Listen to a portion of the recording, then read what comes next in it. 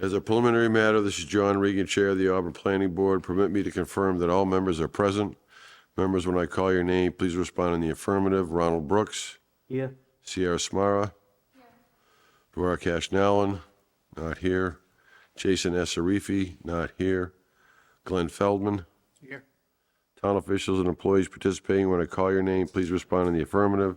Town planner Adam Menard. Here. Staff assistant Danielle Chamberlain Roberts. Here. Good evening. This open meeting of the Town of Auburn Planning Board of Tuesday, January 9, 2024 is now called to order at 7 p.m. This meeting is being conducted as a hybrid format under Chapter 22 of the Acts of 2022. For this meeting, the Planning Board is convening in person and by remote access. The remote access information has been posted on the town's See, website. it looks like he's talking. See this, that coming on? I don't know. You're online. Can you please mute your audio? I have no sound. He was talking. All right, go ahead. Please note that the meeting is being recorded by the Auburn Cablevision. Is there anyone here in the audience tonight recording tonight's meeting? Being none. Accordingly, those members of the Planning Board, employees, and members of the public who participate remotely, please be aware that other folks may be able to see you, and please take care not to screen share your computer. Anything that you broadcast may be captured by the recording. Please rise and join us in a salute to the flag. I pledge allegiance to the flag of the United States of America and to the republic for which it stands, one nation, under God, indivisible, with liberty and justice for all.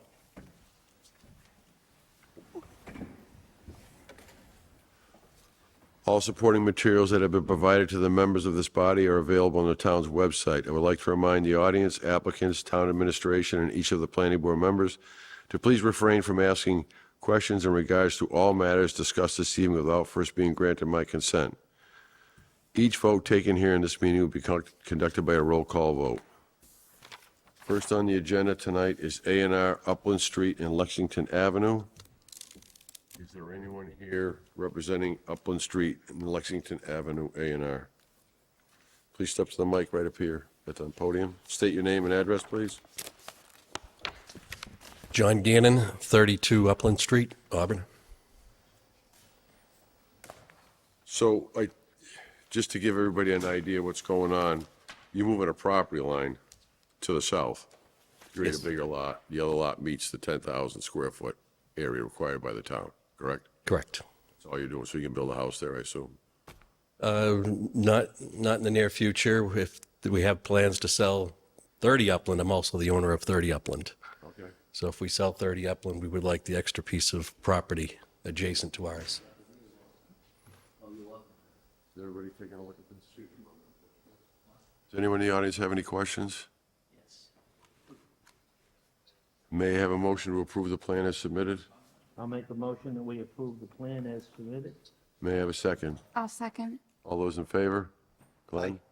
Aye. Aye. Ron, aye. Myself, John Riggs, and aye. It is a vote. It is approved. Thank you for your approval. Wait a minute. I'll give you the copy. Just on the wait for the copy. That's all. Oh, yeah. They told me to wait a minute.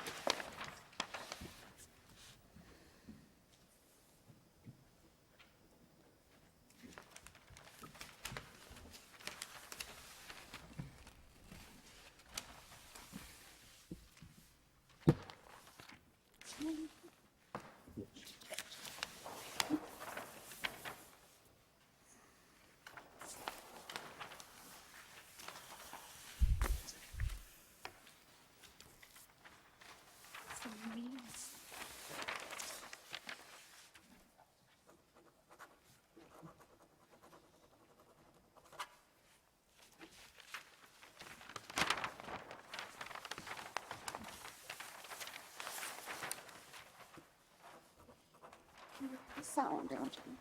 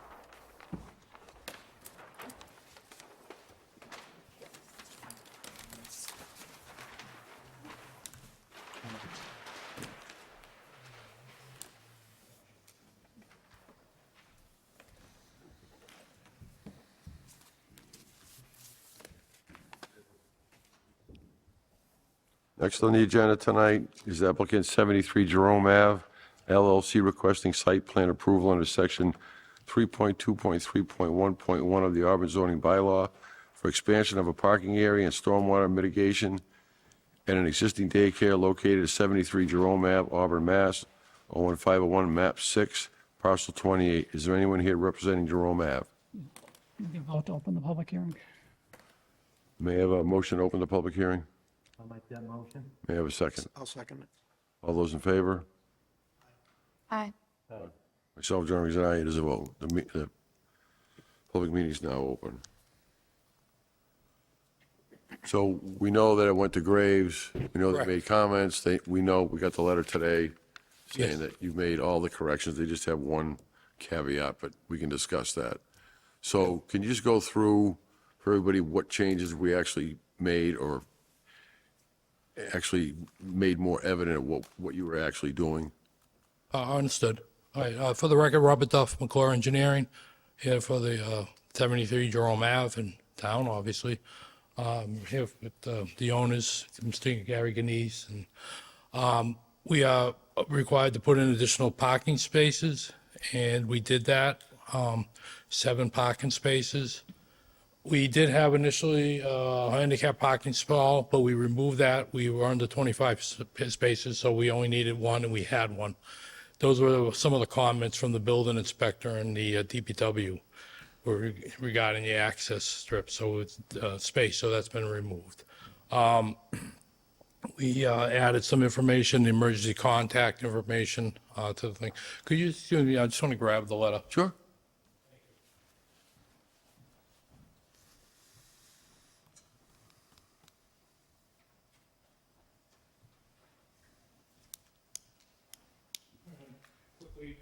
Emergency access, identified some snow storage area south of the parking area. There's going to be a temporary basin in there for construction. When work is done, that will be leveled out. That will become the storage area for snow removal. Number 3, no issue with the zoning. We added butter information across the street with the property lines. We included the TSS removal in the stormwater management report and the phosphorus removal calculations. We gave estimated groundwater for soil logs we presented to the town. Again, added the emergency information on the plan itself. They were good with the hydraulic report. 10 was if we do 7-11, it will be good. We did that. We identified the storm event in the stormwater management. We just put a heavy rain. Graves just wanted something more, a bit stronger. So it was a half-inch rain or greater that would trigger inspections on the septic stormwater system. I said the space has been removed. We added some piping that wasn't shown on the plan section. And some one of the elevations, invert elevations, there was a conflict, and we corrected that. So As I said, we did get a letter this week. We did the changes, they got a letter this week, and one of the issues was we just negated to put the email address on the emergency contact list, which has been done. Plans have been forwarded, revised and forwarded to the town already on that. Yeah, the only thing that Graves had mentioned here was the design engineer responded that the estimated seasonal high groundwater is 36 inches per NRCS soil survey. The regulations indicate that soil testing needs to be performed to attain this information. Soil testing and its results, logs, need to be performed on site and at location of the infiltration trenches. Whereas the area where testing would occur is a child's play area, GEI would not be opposed to confirmatory soil testing at the start of construction and respectfully defer approval of the concept of confirmatory testing to the planning board. I don't have a problem with that, but you will have to contact the DPW to have them observe that, Okay. That would, verify the groundwater elevation, high water. correct, we would do, when the work starts, that'll be the first thing you have to do is clear out the area. At that time, we'll do the test pit. We'll get the DPW, we'll notify them, hopefully we'll get a couple days' notice so they can be updated witness to work. Yeah, the more notice, the better. I mean, if everybody's busy in the town, so. Yeah, no problem. That'd be great. Is there anyone in the audience that has any questions regarding this addition of parking spaces? Please come to the mic. I don't know. Can anyone hear me? Yes? Can you hear me? Yes? Hi, I'm sorry. My name is Maureen Carlo Magno. We live at 6 Cooper Street. We're on the bottom underneath the daycare, and I'm just wondering what exactly the plans are and what will happen to our property because we're below, and the stormwater, the water tables are all very, very delicate. We've done a lot around our property so that we wouldn't get any water, and I'm just concerned. I'm just hearing this for the first time, and I just didn't know if we're going to be affected by this work. That was one of the questions I had, so we sent it to peer review to Graves, that they went through the whole stormwater retention, and they made, the engineer make corrections, which they did, and there isn't supposed to be any more water running from their property to your property other than what was original. Okay.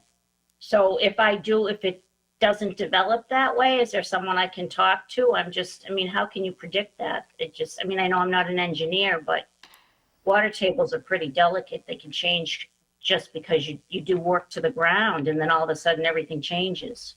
Well, that was, go ahead. I speak, Sure. the owners are they're working there, they're gonna be right there. If something does materialize, I assume they'll be amendable to try to rectify it. So we'll have responsible people we can talk to if there's any issues that pop up while it's happening.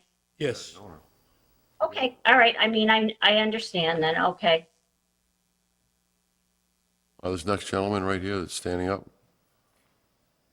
Yes, John McWychick. I live on 51 Hampton Street. A few years ago, there was another owner of this facility that wanted to put it in a larger parking lot, and it got declined because the preparation for the water removal, stormwater, wasn't adequate enough. I don't know if there's any guarantees that it's going to be this time. The design was pretty poor. The last time I had a civil engineer look at it, I don't know if I have that opportunity to do it today or sometime before construction starts, because I do have a substantial amount of water that comes down from that area into my property. And in addition to, I don't know how many square feet the parking lot's going to be, but in addition to that, I might have more water, which doesn't really affect me, but it affected people across the street from me who have problems with their basements already. So that's my genuine concern. I don't know if somebody can address that. I'll let the engineer speak, but he can explain to you what they did to mitigate that problem so it does not happen. And that's why we sent it out to Graves Engineering, to have them review it, their PEs. That's a third party. That's our third party, right, independent. All right, great. We Thank you. have several engineering firms. Graves happened to be this one this time. we're adding 7 spaces, it's about 1,200 square feet. Oh, that's it. That's it. Oh, And then okay. we're gonna put around the perimeter, we'll put a stone trench with some recharge basins. So this will capture the additional flows and mitigate up to the 100-year storm event. So we anticipate no problems. And Graves agree with that. Great, thank you. Welcome. Please step to the mic and give your name and address, please. Good evening, Bob Post, 57 Hampton Street. Could you define the 100-year storm event, please? Sir, Well, it's a rainfall event, happens once in a month. could you define the magnitude of a 100-year storm event, please? Is the amount 1 inch, 2 inch, 6 inches, 10 inches? of storm event, by calculations that are used, it's like 8.3. 8.3 inches in a 24-hour period? And this has been designed for that? Okay. So the question I really have about the design is not necessarily that it didn't accomplish a proper peer review, but presently the site does not have a point discharge. Presently the site has, in some way or another, even discharge across the entire site. There is no stormwater management. There is no, You're wrong. I'm wrong? Okay. Dead wrong. You don't know how to read a plan. That is a stormwater recharge system in it where it captures a lot of the water, recharges into the ground. There is an outlet, but they cannot let any more water out of that system already running to the other property. It's against the law. Well, okay. That's why we set it No, up. I'm not debating whether I'm right or wrong. I'm simply stating that, I'm not talking about quantity. I'm talking, it's going to be a point discharge. Presently, it is not a point discharge. The quantity may be the same, but it's across the entire site, presently. And the plan here would call for, if there is the same amount, it would come from one point. Now, the question I have for you then is, have you studied where that point discharge would go? My neighbor who just spoke, he's concerned about flow that goes to his property already. I'm adjacent to him downhill. So where does the point discharge go? Well, there's no real point discharge. We do have historically, it was a sheet flow. Correct. It's not a valley or something where it pointed at a defined point. My point, that's right. It's over, and it floats over, and it's been doing that since forever. Now, all we're doing is, we're adding some impervious area, we are capturing that increased runoff through a system of size for the 100-year storm event, and it's taking care of what we did. We're not- Okay, so if there's no longer a sheet flow, where does the point flow go? It still remains a sheet flow. There's a discharge, point discharge, but that, You tell me that the point discharge becomes a sheet flow again. I don't think that I quite understand how that happens then. Because if you collected it, you potentially retained it or detained it, but then there is an outflow of a single point. in this spot where the upland is, Yeah, and then it's sheet flow, because of the topography, it's open, it will just dissipate, it'll open up. okay. Is that a change from the current sheet flow? No, it's not changing, we're not changing anything. So you're saying nothing over here has changed because you picked it up now? It's all, this is all exactly the same? They are adding on, being taken care of. There's no- Okay. we're not Well, causing any additional problem. my concern is that Now, that's where the flows are different, and there's a substantial amount of water that comes down the hill.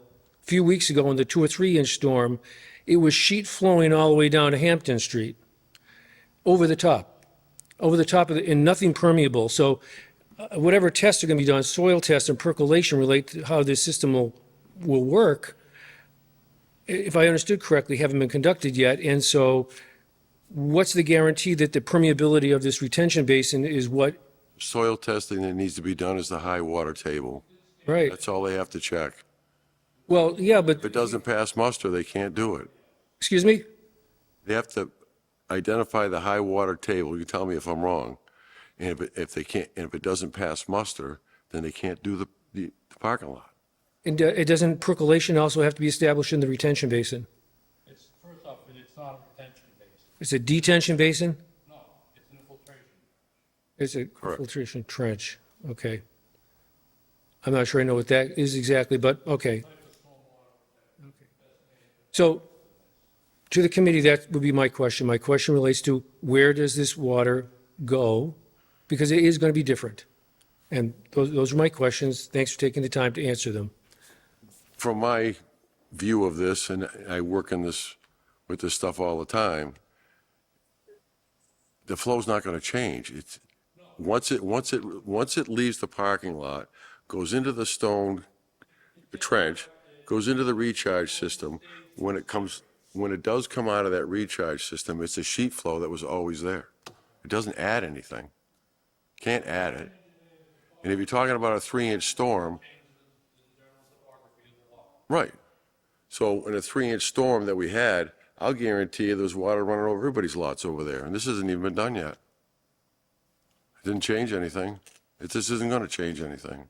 That's why I made sure we sent this out to Grace to have it looked at by a PE. Okay, thank you. You're welcome. Any other questions from the audience? Any questions from the board? Go ahead, Ron. I just want to say I've been up there several times and I've looked at it. Whatever parking is there looks more than adequate. I think it's a nice design where it comes in and has a circular pattern. I thought that was really nice. And the few times that I've been there, not all of the, not even half of the parking spaces were full. Now, I don't know if it's some other time of the day they become full, but that time is. They may be adding people.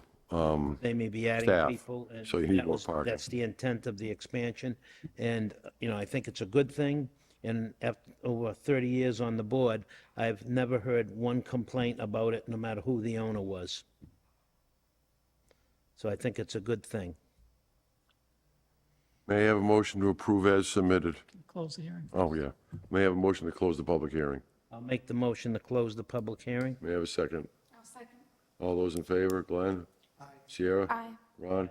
Myself, John Regan, and I. It is a vote. The meeting is now closed. May I have a motion to approve this addition to the daycare center I'll make the motion. with the condition of number 7, that they have to contact DPW for the inspection? With the condition of 7. May I have a second? I'll second. All those in favor? Glenn? Aye. Ron? Myself, John Regan, and I. It is a vote. It's passed. Do we have to sign it? Good luck. We expect too, if the neighbors have any viable concerns, that you'll work with them to try to solve that. You had great Christmas lights this year.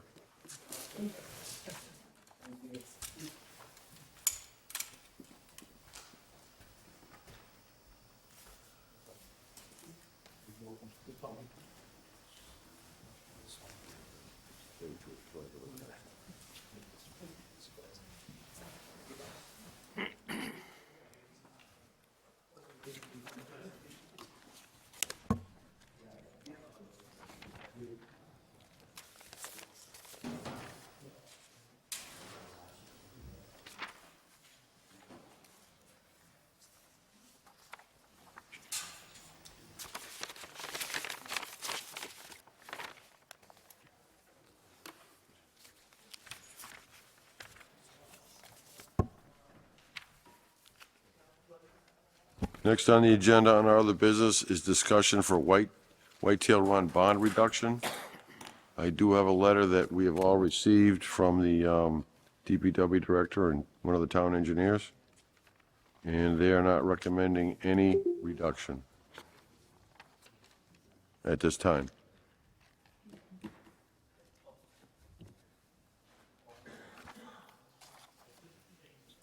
Is there anyone here representing Whitetail Run?